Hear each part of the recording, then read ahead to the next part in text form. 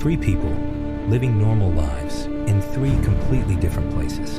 A police officer on night patrol, a delivery driver alone on an empty highway, and a man working security while the world slept. None of them were connected until the same thing happened. Each of them looked at the clock and realized they were awake at a time most people never are. That's when the noises started, the sightings, the feeling of being watched. And soon, all three discovered something terrifying. Some places change after midnight. And if you're still awake when it happens, something might notice you too. Tonight, you'll hear their stories. Story 1. My Airbnb host told me never to open the basement door after midnight. I booked the place because it looked ordinary. After 3 straight days of driving across Ohio, ordinary felt safe. The listing showed a quiet suburban house outside Columbus. Gray siding, trimmed lawn, warm porch light. Nothing memorable. No dramatic description. Just one line. Entire home, peaceful stay. The host, Marlene, messaged me right after booking. Normal instructions. Keypad entry. Wi-Fi password. Trash day schedule. Then another message appeared about a minute later. Hi, one small request. Please don't open the basement door after midnight.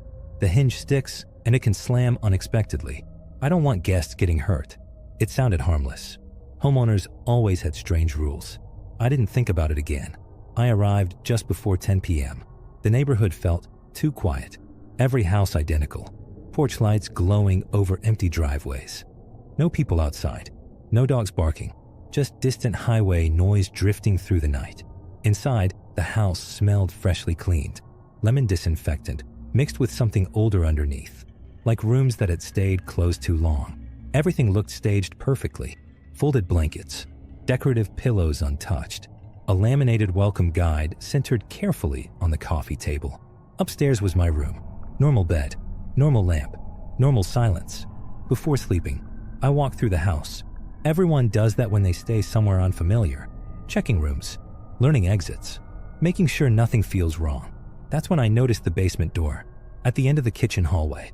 Plain white. No lock. Just a knob and a thin dark gap beneath it where colder air leaked into the hallway. I tested the handle. It opened slightly, then resisted. Like pressure pushed back from the other side. A damp concrete smell drifted upward. I remembered Marlene's message and closed it again. By midnight, I was in bed scrolling my phone, half asleep.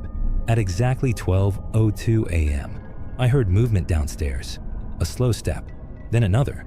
Not loud, just careful footsteps crossing hardwood flooring.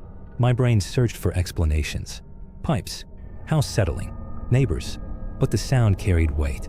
Someone walking calmly. Inside the house, I sat upright, listening. The footsteps stopped. A chair scraped softly across the kitchen floor. Then came something worse. Voices. Low conversation muffled through the floor beneath me. 2 people speaking quietly. I couldn't understand words, only rhythm.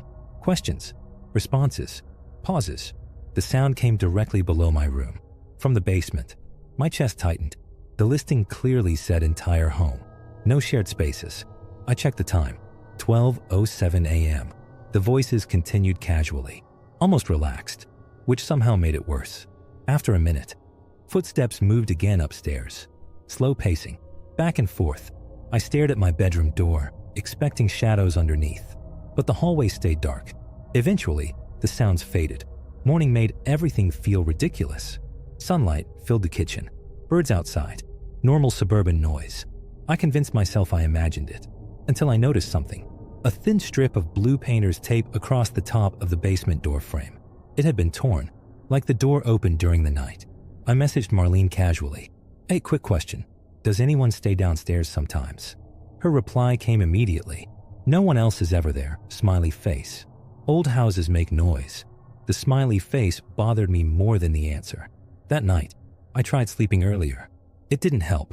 At midnight sharp, the basement door creaked again. This time the voices were clearer. A man speaking slowly. A woman laughing softly. The sound moved upward, like whoever was downstairs had reached the stairs. Then something impossible happened. My phone vibrated beside me. The camera app was open. Front camera active. I hadn't touched it. The screen showed my face staring back. Eyes wide, breathing shallow. The phone felt warm, like someone else had been holding it. Downstairs, Footsteps continued. Then I heard the basement doorknob turn. One soft metallic click. A few seconds later, 3 slow taps echoed upward from the inside of the basement door. I didn't move. Something about the tapping felt deliberate, like whoever was down there was checking if I was awake. At exactly 1 a.m., everything stopped. Not faded. Stopped. The silence afterward felt heavier than the noise. I didn't sleep again. When morning came, curiosity beat fear. I opened the basement door in daylight. The stairs led to a finished basement. Couch, blankets, small TV, mini fridge, another rental space, but none of it appeared in the listing photos. In the far corner stood another door. Thick, reinforced, deadbolt and chain installed from the outside. Scratched deep into the paint were repeated words carved into the wood. Not after midnight. Not after midnight. Not after midnight. Beside it sat a notebook. At first, normal guest entries. Then the writing changed. I hear them talking. They walk upstairs. It knows when I'm awake. Don't answer. The final page read, it asked me to come downstairs. I left immediately. Packed everything. Didn't finish my coffee. Didn't look back while walking to my car. As I reached the driveway, Marlene finally messaged again. Please don't go into the basement. I asked her what was down there. Her reply came minutes later. After midnight, it hears the door. I drove away and never returned. Police later told me the property appeared vacant when they checked. Vacant, but sometimes, late at night, my phone camera opens by itself. And for a second, before the screen shuts off, it looks like someone standing behind me, just outside the frame, waiting for midnight.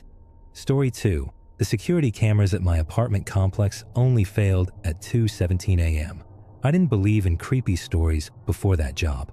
I was just a maintenance supervisor at a mid-sized apartment complex outside Phoenix. Nothing fancy.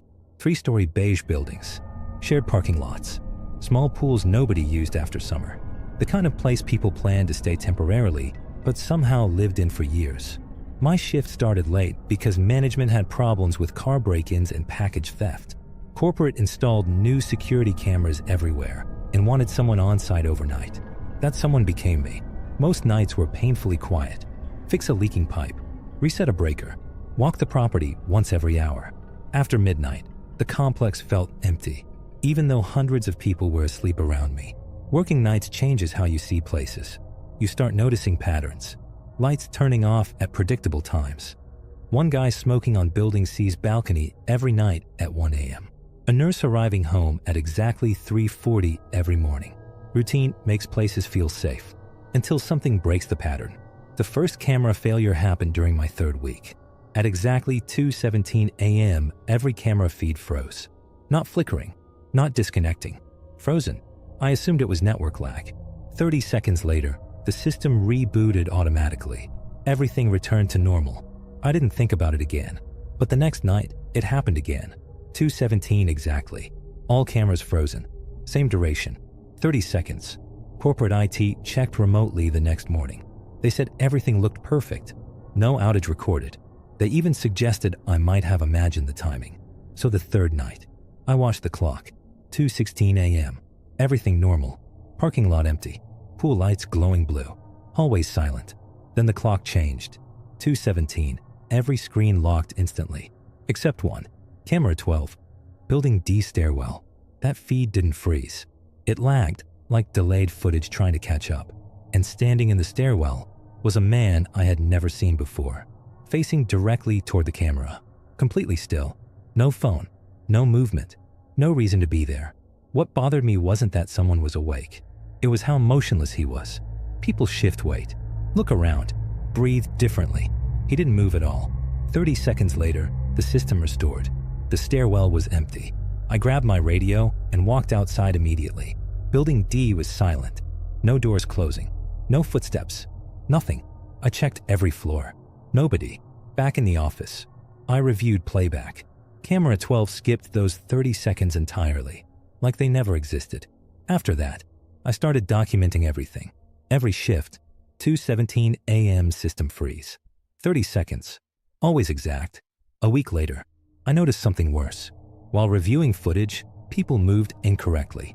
A tenant walking their dog would suddenly appear closer to their building afterward. Cars shifted position slightly. Elevators changed floors without recording movement, like reality itself had missing frames. Management blamed software errors. Then tenants started complaining. One woman claimed she woke up outside her apartment door without remembering leaving bed. Another resident said he lost 30 minutes while taking trash out. Corporate told me not to alarm residents, so I stopped talking, but I kept watching. 2 nights later, curiosity won. At 2:16 a.m., instead of staying in the office, I walked to Building D stairwell. I wanted to see what happened during the outage. The night air was warm, highway noise distant, pool pump humming softly. I stood beneath camera 12 watching my phone clock. 2 hours 16 minutes and 58 seconds. 2 hours 16 minutes and 59 seconds. 2:17, every exterior light flickered once. Not off, just dimmed. And suddenly, the entire complex felt wrong. Sound disappeared. Completely. No wind, no traffic, no insects. The silence pressed against my ears. Then I heard footsteps. Behind me. Slow. Measured. Coming down the stairs. I turned. Nobody there. But the footsteps continued, passing beside me. Close enough that I stepped aside instinctively, like someone invisible walked past. Cold spread across my skin. More footsteps followed. Several. Different pacing. People moving around me that I couldn't see. A faint murmur filled the stairwell. Voices overlapping quietly, like a crowd speaking far away. Then something appeared at the top of the stairs. Not suddenly. Slowly, like visibility itself was turning on. The same man, standing above me, watching. His face looked ordinary, average resident. But when our eyes met, he wasn't surprised. He looked like he recognized me. The murmuring stopped. The man tilted his head slightly, then spoke. "You're not supposed to be awake." His voice sounded distant, like underwater sound. Every instinct told me to run, but my legs wouldn't move. Behind me, unseen people gathered, filling the stairwell. The man stepped down once, then again, and suddenly, every light snapped back to normal. Sound returned instantly. Cars passing, wind moving, electric hum. I was alone. My phone read, 2:17 and 31 seconds a.m. exactly 30 seconds. I ran back to the office shaking. When I checked the cameras, I wasn't there. Camera 12 showed an empty stairwell for the entire outage, like I had never left. Later, I reviewed older footage and discovered something worse. The man appeared every night. Different buildings, different cameras, always at 2:17, always facing the lens. And over time, he was getting closer, closer to the leasing office, closer to me. 3 nights later, I locked myself inside before the freeze, watching monitors only. At 2:17, the cameras froze again, except camera 3, the hallway outside my office. It lagged slightly, and there he was, standing directly outside my door, perfectly still, looking inside, waiting. When the system restored, the hallway was empty. The next morning, management announced corporate was replacing the entire camera system. No explanation. Installation happened immediately. New servers, new software, new company. That night, 2:17 passed normally. No freeze, no outage. Everything worked perfectly. I should have felt relieved. Instead, around 2:20 a.m., someone knocked on my office door. 3 slow taps. I opened it. The hallway was empty. Behind me, one of the new monitors flickered once, just briefly, and for a single frame, the screen showed the stairwell again.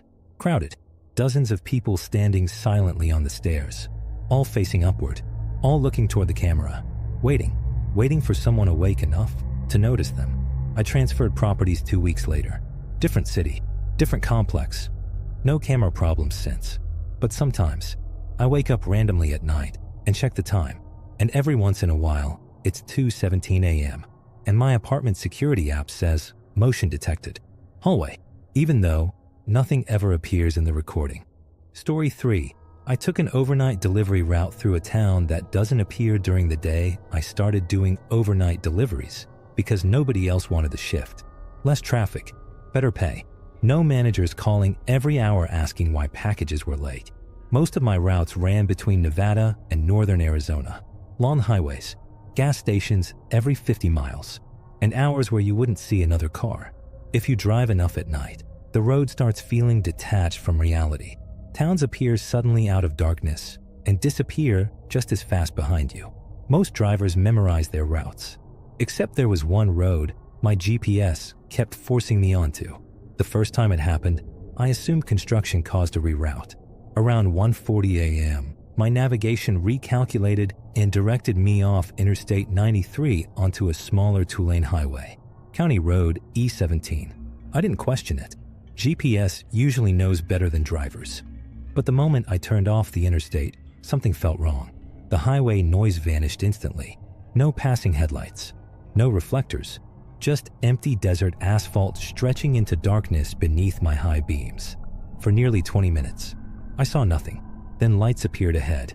A town, small but active. Street lamps glowing. A diner sign flickering. Cars parked along both sides of the road. People outside at nearly 2 in the morning. It looked completely normal. That was the unsettling part. I pulled into a gas station to stretch. Old pumps. Faded advertisements peeling from the windows. Inside, a man stood behind the counter watching a small television. He didn't greet me. He just watched me longer than normal. Finally, he asked, "You passing through?" "Yeah," I said. "GPS sent me this way." His expression changed slightly. Not surprise. Recognition. He nodded slowly. "You shouldn't stay long." I laughed awkwardly. Bought coffee. Used the restroom. Then left. But as I drove through town, I noticed something strange. Nobody was using a phone. No screens. No scrolling. People just stood or talked, watching the road, watching my van. 5 minutes later, the town disappeared behind me. My GPS returned me to the interstate like nothing unusual had happened. I forgot about it until 3 nights later. Same route, same hour. 1:41 a.m. GPS recalculating. County Road E17. I actually said out loud, "No way," but schedules are strict. So I turned again. Same empty desert. Same darkness. And again, the town appeared. Exactly the same. Same diner sign flicker. Same pickup truck parked outside. Unease settled into my stomach. Inside the gas station, the same man stood behind the counter. Same position. Same television. He looked at me immediately. "You came back." Not a question. I told him GPS rerouted me again. He nodded quietly. "It does that." I asked what town this was. He hesitated, then said softly, "People usually don't ask." That's when I noticed the clock above the register. 2:03 a.m. The second hand ticking normally. But when I checked again, it still read 2:03. The man followed my gaze. "It doesn't move much here." Something cold crept into my chest. I left quickly. Back in my van, my dashboard clock read 2:46 a.m. Almost 40 minutes gone, but I had barely stopped. Company tracking later showed something impossible. According to dispatch, my vehicle never left the interstate. After that, I ignored the reroute whenever it appeared. Until one night, the GPS tried again. This time I stayed on the highway. For a few miles, everything felt normal. Then the navigation voice changed. Not direction, tone, calmer, slower, turn around when possible. It repeated, again and again. My screen zoomed automatically, highlighting County Road E17 behind me. Then the temperature inside the van dropped. My headlights dimmed slightly, and I noticed headlights behind me. A vehicle following closely. I hadn't seen it approach. No matter how fast I drove, it stayed the same distance away. I switched lanes. It matched me, and then I realized it was the same pickup truck from the town. After several minutes, the GPS rerouted again, directing me toward another exit, back toward the same road system, like it was correcting my mistake. The truck flashed its headlights once, not aggressive, almost guiding me. I exited. I still don't know why. Maybe exhaustion, maybe instinct, or maybe something wanted me to. The desert road returned, and the town appeared again. But this time, fewer lights were on. Stores dark, streets quiet. The diner sign flickered weakly. When I entered the gas station again, the man looked relieved. "You shouldn't miss it," he said. Before I could respond, I noticed movement outside. People appearing along the street. Dozens of them, standing perfectly still, facing my van, watching. None of them moved normally. Too straight, too patient, like travelers waiting for pickup. The man leaned closer. Some drivers don't come back when it routes them. My throat tightened. "What is this place?" He glanced toward the window, then said quietly, "This town only shows up for people awake at the wrong time." The lights flickered. Outside, every person turned their head at once.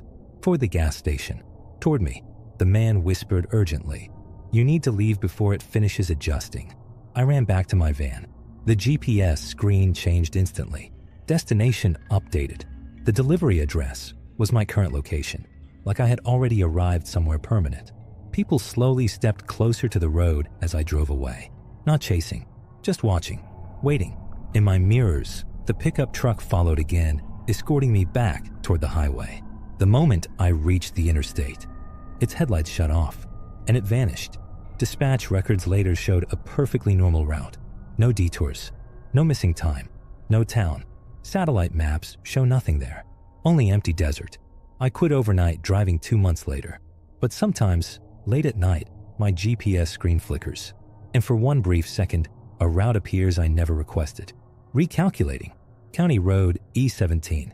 Estimated arrival time, 2:17 a.m.